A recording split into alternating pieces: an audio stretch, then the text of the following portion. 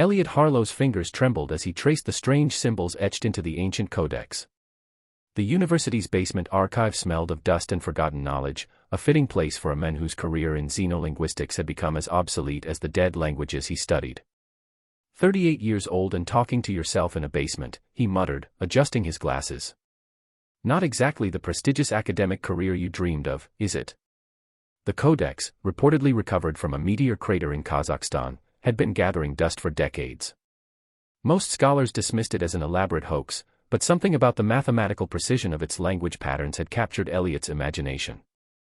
3 months of sleepless nights had finally yielded results. The symbols weren't just a language, they were a form of mathematical equation, a cosmic address and a call signal combined. What's the harm? Elliot said, taking a swig from his coffee mug. Not like anyone's listening. He carefully pronounced the phrase he'd deciphered, his voice echoing in the empty archive, Vectera sol nubis eterna. For a moment, nothing happened. Then the air crackled with electricity. Books tumbled from shelves as a low hum vibrated through the room, building to a deafening pitch. A blinding light tore through the center of the archive, and Elliot threw himself beneath a desk. When the light faded, he peered out, and his heart stopped. Standing before him was a woman, at least, she appeared female in form. Nearly 7 feet tall, her skin was a deep bronze with subtle luminescent patterns flowing beneath its surface. Armor that seemed to be made of living metal covered her powerful frame, pulsing with a blue-white energy. Her eyes, sharp and alert, shimmered like twin galaxies as they fixed on him.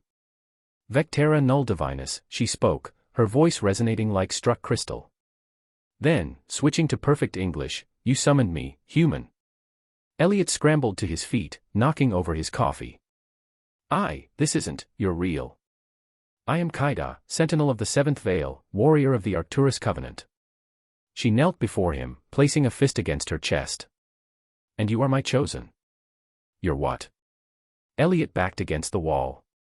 Look, there's been a mistake. I just translated. There is no mistake, Kaida said, rising.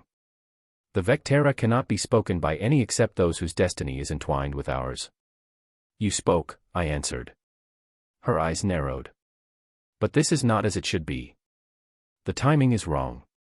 The stars are not aligned. That makes 2 of us who are confused, Elliot said, trying to process what he was seeing. You're saying you're an alien?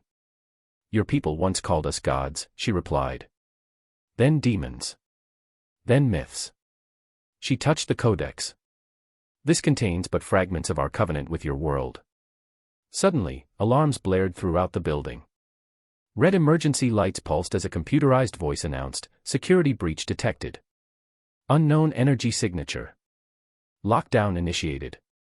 They've detected the dimensional rift, Kaida said, her armor brightening. Your world's authorities will come. They always do. Wait, who? The university security. Those who watch the skies. They've been monitoring for our return. Kaida moved to the window, peering out at the night. We must leave immediately. Your life is now forfeit if we stay. As if confirming her words, the sound of helicopter rotors thundered overhead. This is impossible, Elliot whispered. Kaida turned to him, her expression softening momentarily. What is your name, chosen? Elliot. Elliot Harlow. Elliot Harlow, she repeated, testing the sound. You have called me across the stars. Now our fates are bound. I am sworn to protect you, to serve you, to guide you in the power that sleeps in your blood. She reached out her hand, a warrior's hand, strong yet elegant. We can remain and face capture, or we can flee and discover why the ancient words spoke to you alone. Choose quickly. The building shook as something heavy landed on the roof above. Voices shouted in the hallway outside. Elliot stared at her outstretched hand, his comfortable academic life crumbling around him. With a deep breath, he made his choice and placed his hand in hers. Her fingers closed around his, surprisingly warm, and something electric passed between them, a current of connection that made his breath catch. Hold tight, she whispered, pulling him close. The first journey is always the hardest.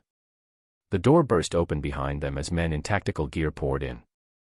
But Kaida had already activated something in her armor, and the world around them dissolved into blinding light. The world reassembled around them in fragments, first sound, then sensation, finally sight. Elliot doubled over, retching onto damp grass. The molecular displacement sickness will pass, Kaida said, scanning their surroundings. They stood on a hillside overlooking the city, its lights twinkling below like fallen stars. What did you just do?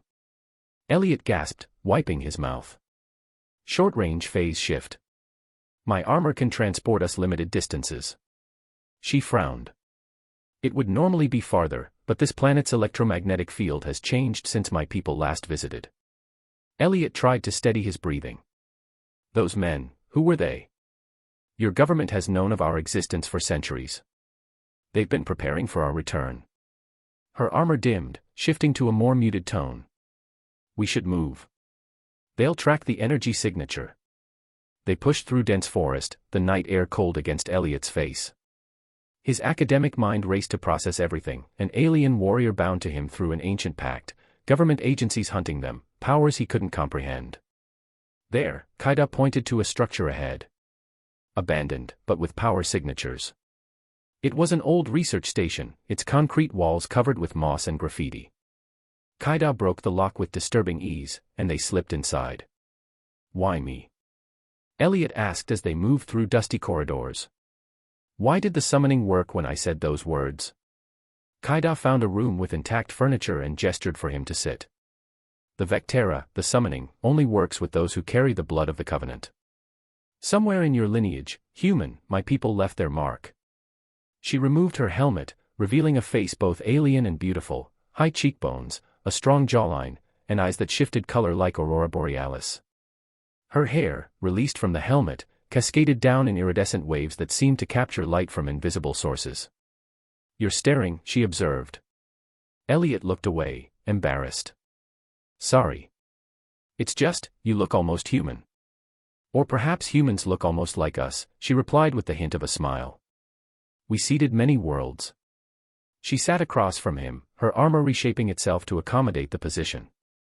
The Covenant was formed millennia ago, when my people's great ships first visited Earth. We recognized potential in your species, a reflection of ourselves from eons past. So the ancient astronaut theories were right? Elliot asked, fascinated despite his fear. Partially. We did not build your civilizations, but we guided them. And in each era, we chose humans to serve as bridges between our worlds. Her expression darkened. But there were those among my kind who saw humans as resources to be harvested. A great war followed, and my faction withdrew from Earth to protect your development. She leaned forward, her eyes intense. The chosen were to summon us when humanity reached a certain threshold of advancement. You are early, Elliot Harlow. The stars are not aligned as foretold. I didn't mean to summon anyone, he admitted. I was just translating. Intent matters less than blood, she said. And now that I am here, our bond is formed. I am sworn to protect you, to teach you, to serve you. Something in her voice shifted during those last words, and Elliot felt heat rise to his face. The chosen and their sentinels often developed complex relationships, she said, studying his reaction. The bond between us is both mystical and physical. Before Elliot could respond, Kaida suddenly tensed. We're not alone. She moved with fluid grace, pulling him behind a fallen cabinet as light swept past the windows. How did they find us so quickly?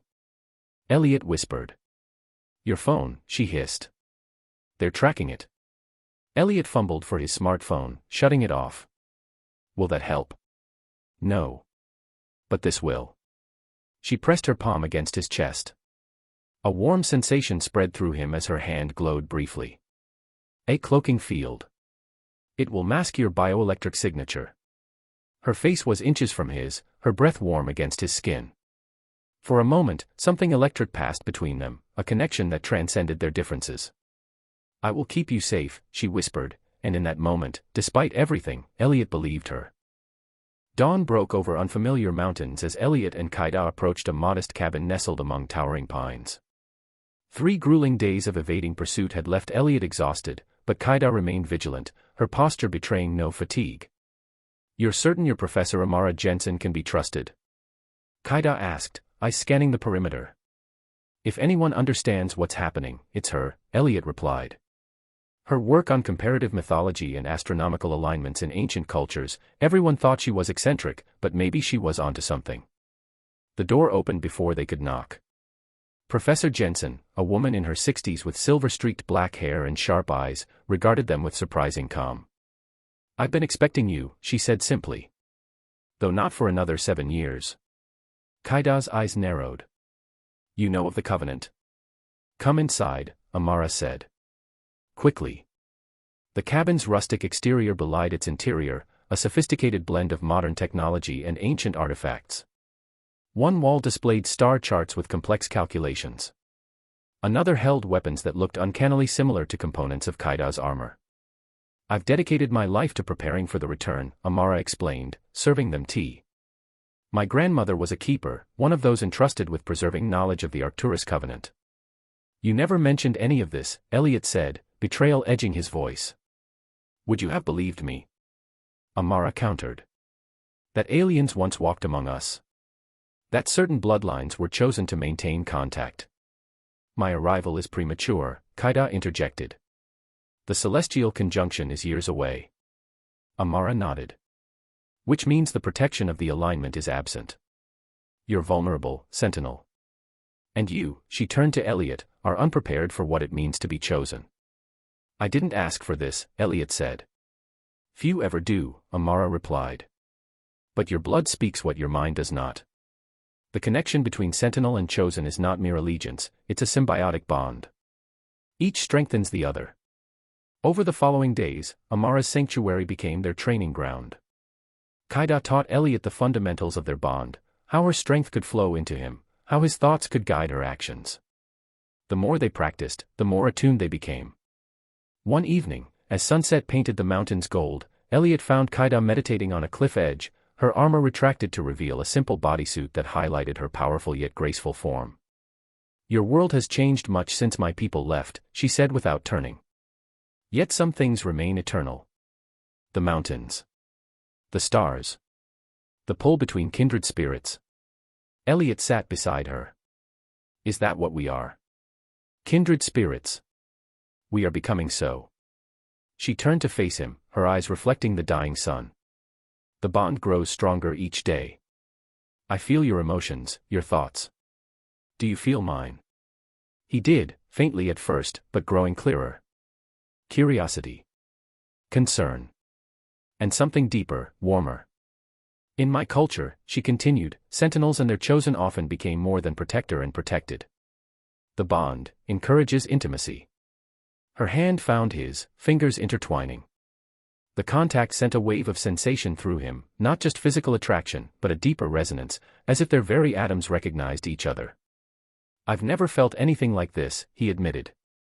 "Nor I," she whispered. "Each bond is unique."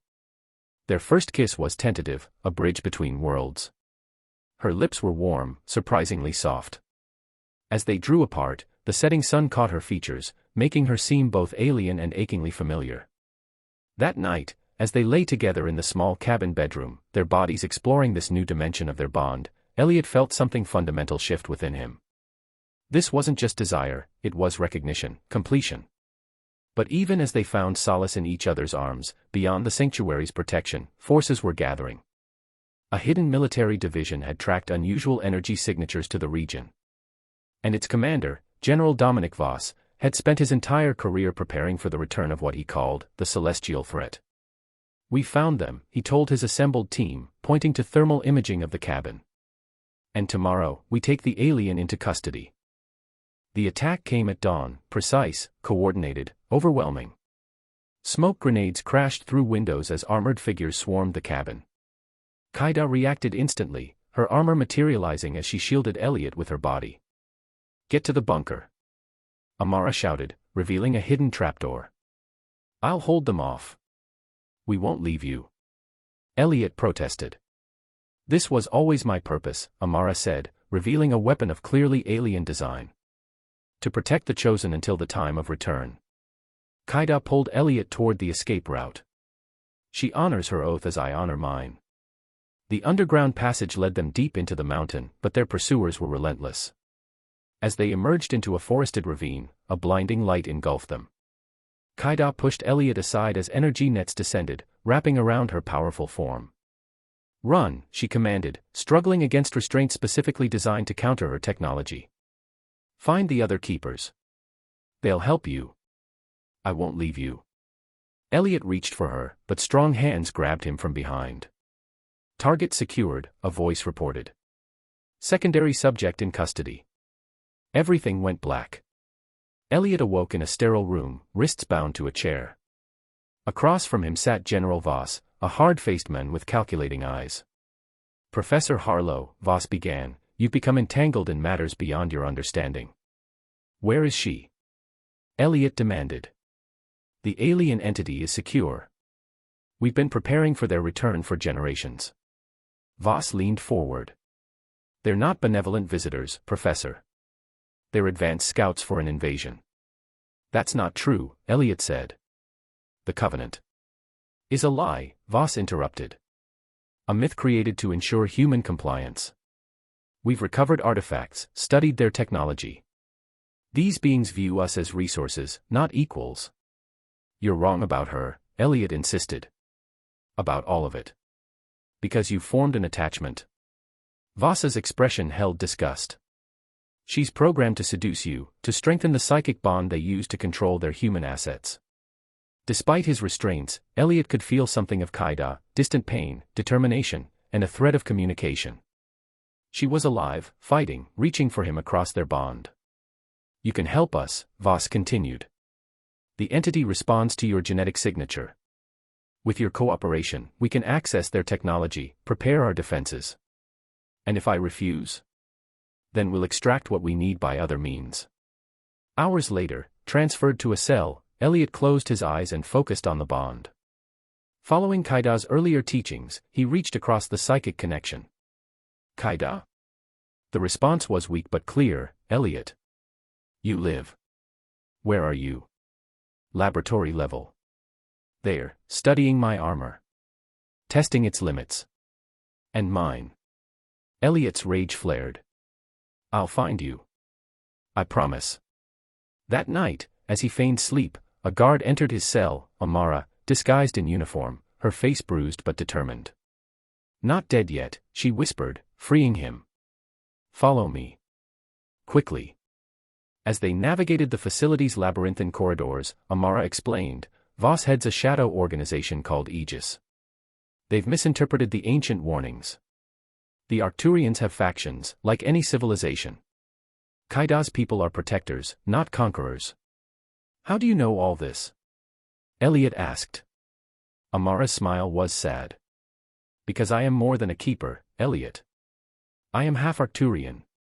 My mother was a sentinel who fell in love with her chosen." The revelation stunned him. "That's why you recognize the signs in me." "The blood calls to blood," she confirmed. "Now, let's free your sentinel." They found Kaida suspended in an energy field, her armor partially disassembled around her. Scientists scurried like ants, analyzing components. Despite her weakened state, her eyes blazed with defiance. "The command center is 2 levels down," Amara whispered. "That's where Voss will be. That's where they're keeping the artifact." "What artifact?" Elliot asked. "The heart of Arcturus, the power source they recovered from a crash site decades ago. It's what they've been using to develop countermeasures against Kaida's people." Elliot focused on the bond, reaching for Kaida. "We're here. We're coming for you." Her response was immediate. "The restraints are keyed to my biology. But not to yours." Understanding flowed between them. With Amara creating a diversion, Elliot slipped into the laboratory. The scientists fled during the chaos, leaving him alone with Kaida. "The control panel," she directed. "Enter the sequence I'm showing you." Images flashed in his mind, symbols and patterns. His fingers moved as if guided by muscle memory that wasn't his own. The energy field collapsed, and Kaida fell forward into his arms. Their reunion was brief but intense, foreheads touching, breath mingling, the bond between them surging with renewed strength. "My armor," she said, looking at the dissected pieces. "Can you repair it?" "Not quickly. But I don't need it to fight." Her eyes glowed with inner light. "The armor enhances what already exists within me. Together, they fought their way to the command center. Amara joined them, wielding alien technology with practiced ease. But Voss was waiting, the heart of Arcturus pulsing before him like a captive star. "I wondered if you'd make it this far," he said. "It's almost admirable." "You don't understand what you're dealing with," Kaida warned. "That device was never meant for human hands." "On the contrary," Voss replied. "We understand perfectly. This is the key to your people's power, and soon, to our ascension." He activated the device. Energy cascaded through the facility, crackling with building instability. "He's overloading it," Amara gasped. "If it detonates, it will take half the state with it." Kaida turned to Elliot, her expression solemn. "There's only one way to contain this. The bond between us, it can channel the energy." "At what cost?" Elliot asked, sensing her intention. "Perhaps everything," she answered honestly. "But it's my duty. My purpose." "Our purpose," he corrected, taking her hand. "I understand now. Why I could summon you. Why we found each other." As Voss watched in confusion, they stood before the destabilizing artifact, their joined hands extended toward it. The bond between them expanded, not just connecting them to each other, but creating a circuit for the chaotic energy. Pain seared through Elliot as power beyond human comprehension flowed through him. But Kaida was there, sharing the burden, guiding the flow. Together, they redirected the energy, transforming destruction into something new. Light erupted around them, blinding in its intensity. When it faded, the heart of Arcturus was transformed, no longer a weapon, but a gateway. A portal shimmered in the air, revealing glimpses of a world with twin suns and crystalline cities. "Home," Kaida whispered, awe in her voice. Voss and his remaining forces surrounded them, weapons trained. "This changes nothing," he snarled. "It changes everything," Elliot replied. He could feel it now, a new awareness flowing through the bond. Knowledge, understanding, purpose. "My people come not as conquerors," Kaida announced, her voice carrying preternatural authority, but as allies. "The true threat approaches, one that endangers all our worlds. This is why the Covenant exists. This is why we need each other." The portal expanded, and figures stepped through, Arcturians like Kaida, resplendent in their living armor. "The conjunction has begun," the foremost said. "Earlier than foretold, but perhaps just in time." In the days that followed, everything changed. The existence of extraterrestrial life became undeniable. The Arcturians revealed the approaching danger, a cosmic entity that consumed worlds, that had driven them to seek allies across the stars ages ago. And at the center of it all stood Elliot and Kaida, the unexpected bridge between worlds. Their bond had evolved beyond its ancient parameters, becoming something new, a template for human Arcturian cooperation. "Will you return with them?" Elliot asked one night as they stood beneath the stars, his arms around her waist. "My place is with my chosen," she answered, turning in his embrace. "Besides, Earth needs its defenders. And I have much to teach you still."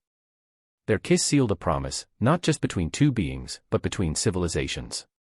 As the stars wheeled overhead, Elliot reflected on how a lonely linguist's translation had changed the course of human history. How an accidental summoning had become destiny. "You summoned me, human," Kaida whispered against his lips, echoing their first meeting. "And I will never regret answering."